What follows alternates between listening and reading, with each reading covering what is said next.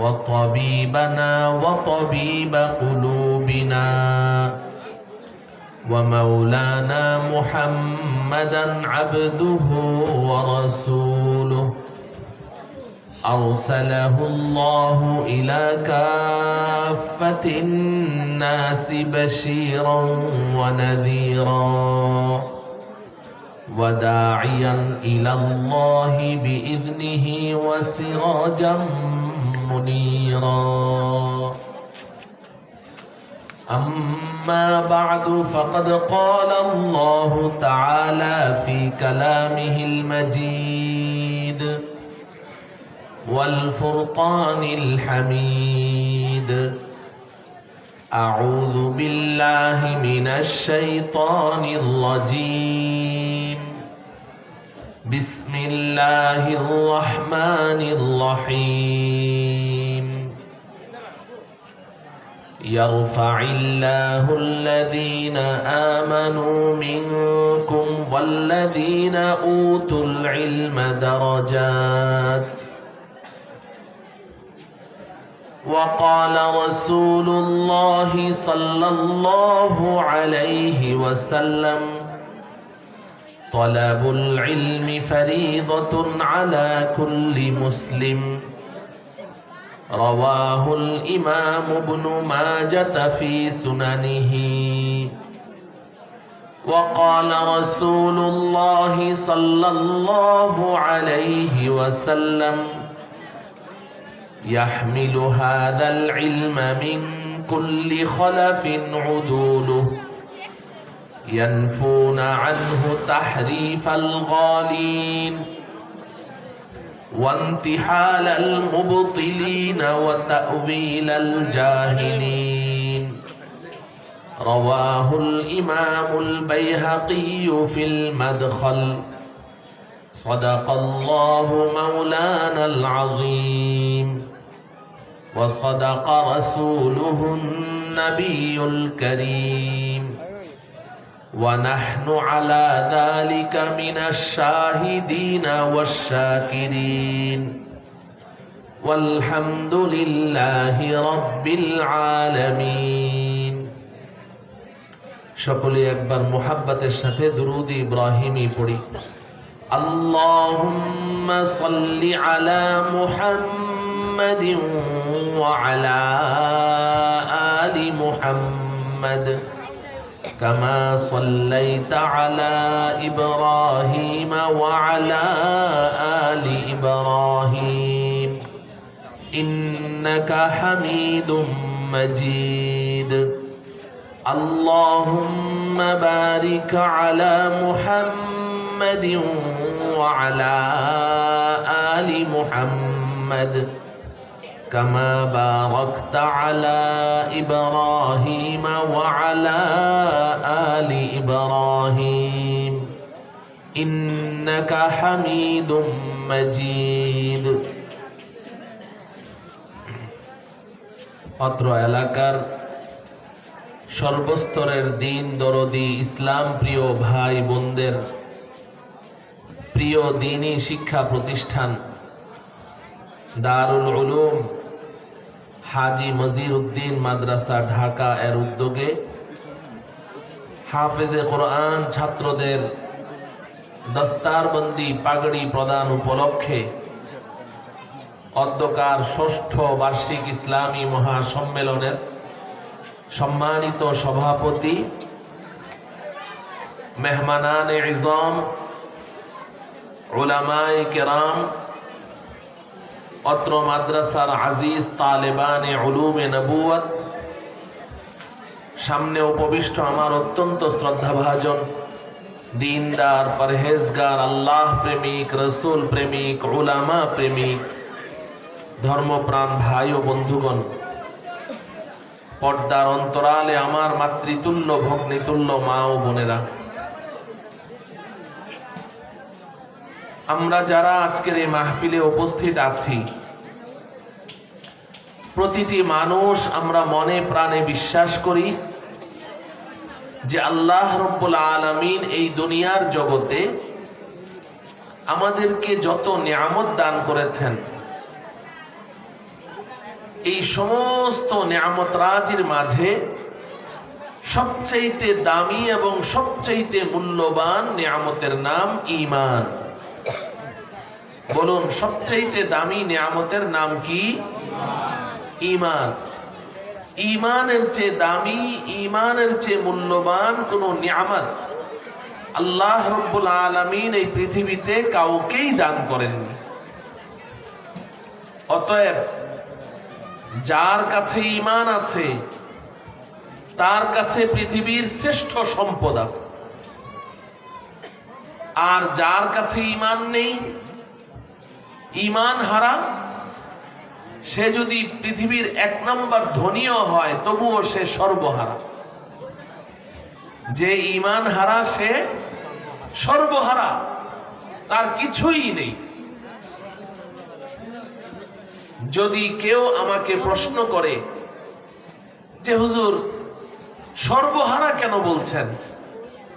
সর্বহারা তো ওই ব্যক্তিকে বলা হয় যে তার কিছুই নেই, কিন্তু আমি তো দেখতে পাচ্ছি এই লোকের সব আছে, টাকা পয়সা, বাড়ি গাড়ি, অর্থকড়ি, ক্ষমতা, সবকিছুই আছে, প্রভাব প্রতিপত্তি, সুনাম সুখ্যাতি সব আছে, শুধু একটু ঈমানটাই না নাই। এই কারণে আপনি তাকে সর্বহারা কেন বলছেন?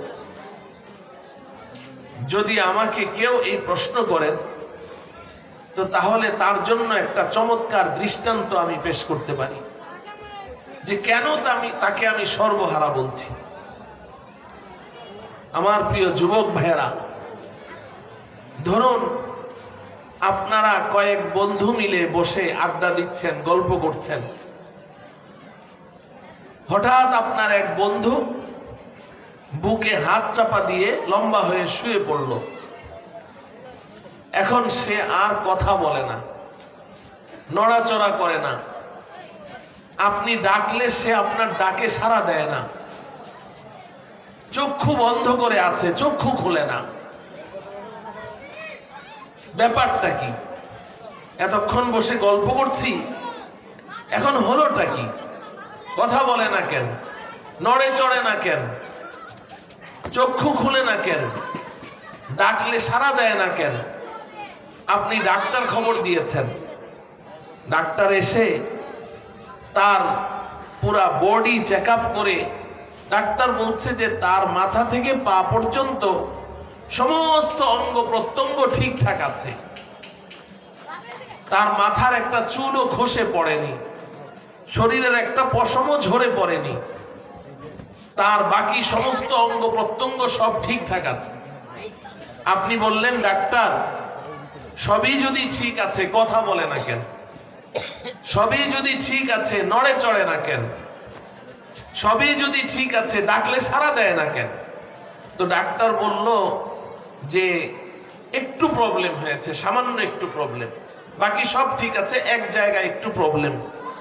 তা আপনি জিজ্ঞাসা করলেন ওই প্রবলেমটা কি? তো ডাক্তার বলছে ওর জানটা বের হয়ে গেছে, ওর জানটা বের হয়ে গেছে, এজন্য কথা বলে না। আপনি বলুন তো দেখি, এই যে ডাক্তার বলছে বাকি সব ঠিক আছে, শুধু জানটা একটু বের হয়ে গেছে, সামান্য একটু প্রবলেম, এটা কি সামান্য প্রবলেম না পুরাটাই প্রবলেম?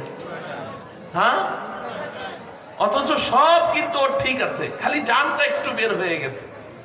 যার কারণে এখন আপনি বলছেন লাশ, আমিও বলছি লাশ।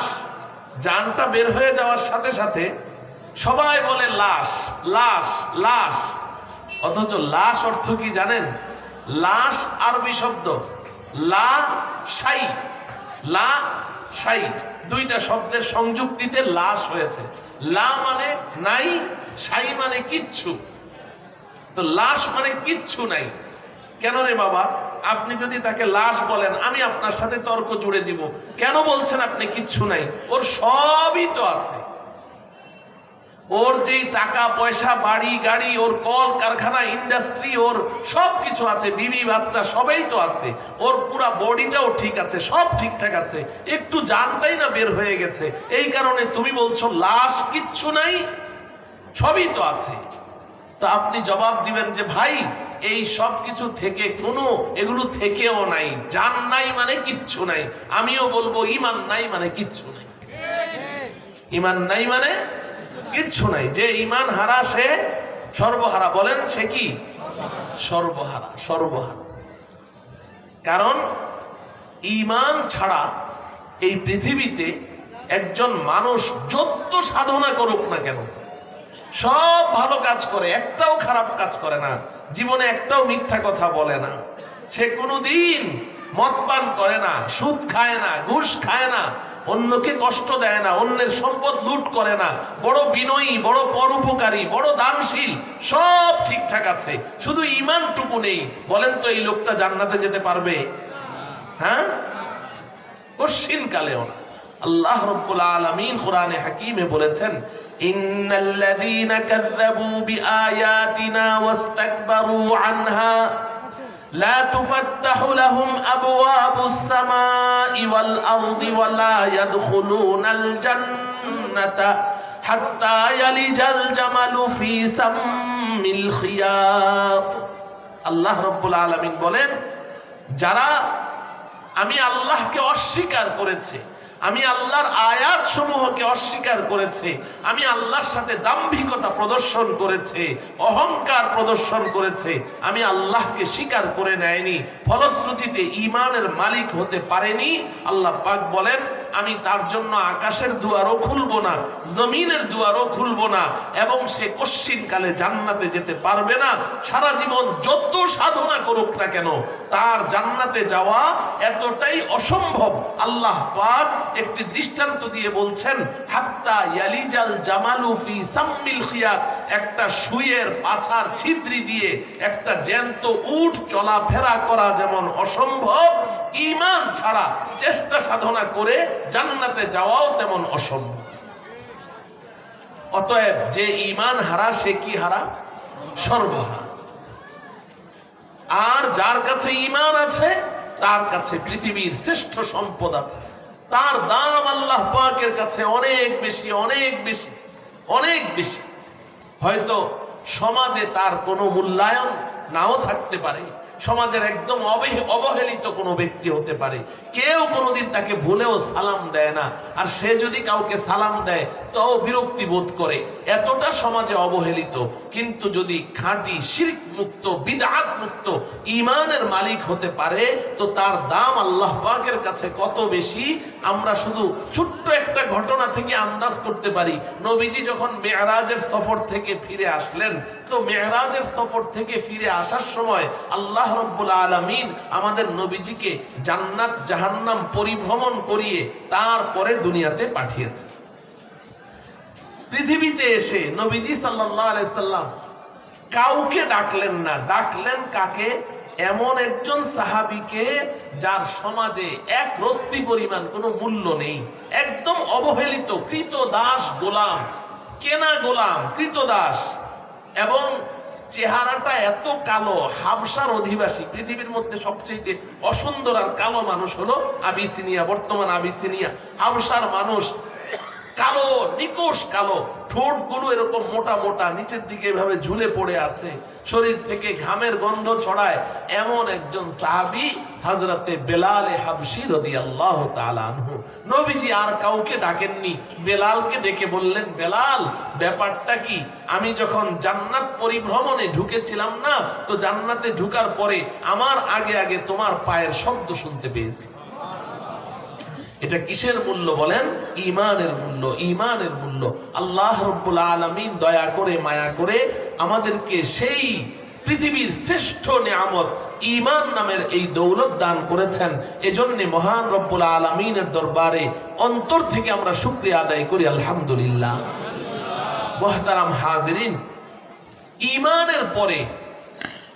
ঈমানের পরে পৃথিবীর সবচাইতে দামি সম্পদের নাম হলো ইলম আর শিক্ষা। ঈমানের পরে পৃথিবীর সবচাইতে দামি সম্পদের নাম কি? ইলম আর শিক্ষা। ইলম, শিক্ষা, জ্ঞান, এটার দাম ঈমানের পরে সবচাইতে বেশি। কত বেশি? নবীজি সাল্লাল্লাহু আলাইহি ওয়াসাল্লামের প্রিয় জামাতা, ইসলামের চতুর্থ খলিফা হযরতে আলী রাদিয়াল্লাহু তাআলা আনহু, যার সম্পর্কে নবীজি বলেছেন আকযাহুম আলী, আমার উম্মতের মধ্যে সবচাইতে বিচক্ষণ আর জ্ঞানী বুদ্ধিমান ব্যক্তি হলো আমার আলী। হযরতে আলী রাদিয়াল্লাহু তাআলা আনহু তিনি এই ইলম আর শিক্ষা সম্পর্কে চমৎকার একটা কবিতা বলেছেন, 2 লাইনের একটা ছোট্ট কবিতা। এই কবিতা থেকে, হযরতে আলীর এই কবিতা থেকে ইলমের মূল্য বুঝে আসে। হযরতে আলী বলছেন, রাদিনা কিসমাতাল জাব্বারি ফিনা, রাদিনা কিসমাতাল জাব্বারি ফিনা, লানা ইলমুন ওয়ালিল আ'দাই মালু, ফাইন্নাল মালা ইয়াফনা আন করিবিন ওয়া ইন্নাল ইলমা ইয়াবকা লা ইয়াজালু। হযরতে আলী বলেন যে আল্লাহ রাব্বুল আলামিন আমাদের মানুষের মাঝে যেই বন্টন আর ভাগাভাগি করেছেন, আমি আলী ওই বন্টনের উপরে খুব খুশি, খুবই আনন্দিত। প্রশ্ন জাগে, হে আলী, আল্লাহ পাক কি বন্টন করেছেন? তো উনি জবাব দিচ্ছেন, লানা ইলমুন ওয়ালিল আ'দাই মালু, আল্লাহ পাক এই বন্টন করেছেন যে আমাদের মুসলমানদের ভাগে আল্লাহ দিয়েছেন ইলম, শিক্ষা আর জ্ঞান, আর আমাদের দুশমন অমুসলিমদের ভাগে আল্লাহ রেখেছেন ধন সম্পদ আর মাল। এই বন্টনটা কে করেছেন? আল্লাহ রাব্বুল আলামিন করেছেন। ধন সম্পদ মাল এগুলো আমাদের হাতে বেশি না তাদের হাতে বেশি? তাদের হাতে বেশি। হযরতে আলী বলেন, এই ভাগের উপরে, এই বন্টনের উপরে আমি খুব খুশি। প্রশ্ন জাগে, হে আলী, আপনি ইলম আর শিক্ষা পেয়ে এতটা উচ্ছ্বাসিত, এতটা আনন্দিত, কারণ কি? তো উনি দ্বিতীয় লাইনের জবাব দিচ্ছেন, ফাইন্নাল মালা ইয়াফনা আন করিবিন ওয়া ইন্নাল ইলমা ইয়াবকা লা ইয়াজালু। এই দুনিয়ার মানুষ শোনো, আমাদের দুশমন অমুসলিমদের হাতে আল্লাহ পাক যে ধন সম্পদ, মাল আর ক্ষমতা দিয়েছেন, এটা তো ক্ষণস্থায়ী। যে কোনো সময় এই সম্পদ মালিকের হাতছাড়া হয়ে যেতে পারে। সম্পদ চিরস্থায়ী না ক্ষণস্থায়ী? ক্ষণস্থায়ী। কখনো এমন হয় মালিকের জায়গায় আছেন ঠিকঠাক, সম্পদ তাকে ছেড়ে চলে যায়, তার হাতছাড়া হয়ে যায়। এমন হয় কি হয় না? সম্পদ হাতছাড়া হয়ে যায়। আবার কখনো এমন হয় যে মালিক সম্পদকে ছাড়ে না, অক্টোপাসের মতো আঁকড়ে ধরে আছে, সম্পদ আমি ছাড়বো না। কিন্তু কতদিন ধরে রাখতে পারবে? যতদিন জানটা ভেতরে আছে। জান বের হয়ে গেল, সম্পদের জায়গায় পড়ে থাকে, সম্পদের পাহাড় পড়ে আছে, আর মালিক খালি হাতে ভিন্ন জগতের বাসিন্দা হয়ে চলে যাচ্ছে। তাহলে সম্পদ চিরস্থায়ী না ক্ষণস্থায়ী? বলেন, ক্ষণস্থায়ী। হযরতে আলী রাদিয়াল্লাহু তাআলা আনহু বলেন, ফাইন্নাল মালা ইয়াফনা আন করিবিন, আরে সম্পদ তো যে কোনো সময় হাতছাড়া হয়ে যেতে পারে। এজন্য আমরা বাংলাদেশের মানুষ কি বলি? সকালবেলার ধনী রে তুই, ফকির সন্ধ্যাবেলা। এর দৃষ্টান্ত আমাদের সামনে আছে না নাই? আরে ফকির তো দূরের কথা, সকালবেলা দেশের দাপুটে প্রধানমন্ত্রী, বিকেল বেলা জেলখানায় বন্দী, আছে না নাই? আবার এখন তো আমাদের সন্তানরা দেখে ফেললো, সকাল বেলায় একেবারে অপ্রতিরুদ্ধ একজন মন্ত্রী, দুপুর বেলা বাংলাদেশ ছেড়ে দিল্লি, আছে না নাই? তাহলে এটা কি চিরস্থায়ী না ক্ষণস্থায়ী? ক্ষণস্থায়ী। তো হযরতে আলী রাদিয়াল্লাহু তাআলা আনহু বলেন, আমাদের দুশমনদেরকে আল্লাহ যা দিলেন ওটা ক্ষণস্থায়ী, যে কোনো সময় ওদের হাতছাড়া হয়ে যাবে। পক্ষান্তরে আমাদেরকে আল্লাহ যা দিয়েছেন ওটা কি? ওয়া ইন্নাল ইলমা ইয়াবকা লা ইয়াজালু, আমাদের মুসলমানদেরকে আল্লাহ পাক যে ইলম আর শিক্ষা আর জ্ঞান নামের সম্পদ দিয়েছেন, এই ইলম আর শিক্ষার মালিক যদি একবার কেউ হয়ে যেতে পারে, তো এই ইলম আর কোনোদিন তার হাত ছাড়া হবে না। এই ইলম কোনোদিন তাকে ছেড়ে কোথাও যাবে না। সে যখন কবরে যাবে, তার এই ইলম তার সাথে থাকবে। হাসরের ময়দানে আল্লাহ পাকের আদালতের কাঠগড়ায় দাঁড়াবে, তার ইলম তার সাথে থাকবে, এবং ইনশাআল্লাহ সুম্মা ইনশাআল্লাহ তার ইলম তার সাথে জান্নাতেও চলে যাবে। তাহলে এই এলেম আর শিক্ষা পেয়ে আমরা ঠকলাম না জিতলাম? এলেম পেয়ে ঠকলাম না জিতলাম? তাহলে আলহামদুলিল্লাহ পড়ি। মুহতারাম হাজরিন, এখন প্রশ্ন হলো হযরতে আলী রাদিয়াল্লাহু তাআলা আনহু তিনি যে এলেম, শিক্ষা আর জ্ঞান এই সম্পদ পেয়ে এতটা আনন্দিত, এখন প্রশ্ন হলো উনি কোন শিক্ষার কথা বলছেন? এটাই হলো আমাদের এখন জানার দরকার। উনি কোন শিক্ষা পেয়ে এতটা আনন্দিত, কোন শিক্ষা পেয়ে তিনি এতটা আল্লাহ পাকের কাছে শুকরিয়া আদায় করছেন? মুহতারাম হাজরিন, বিস্তারিত বলার মতো পর্যাপ্ত সময় আমার হাতে নেই। আমি সংক্ষেপে আপনাদেরকে দুটো কথা এই বিষয়ে বলতে চাই। আল্লাহ রাব্বুল আলামিন আমাদের সকলকে আমলের উদ্দেশ্যে এবং দাওয়াতের উদ্দেশ্যে, অন্যের কাছে পৌঁছিয়ে দেওয়ার উদ্দেশ্যে কথাগুলো শোনার তৌফিক দান করুন। মুহতারাম হাজরিন, আমরা জানি বর্তমান দুনিয়াতে শিক্ষার দুইটি ধারা চালু আছে। কয়টি ধারা? একটা শিক্ষা আমি আমার সন্তানকে স্কুল, কলেজ, ইউনিভার্সিটিতে দিয়ে থাকি।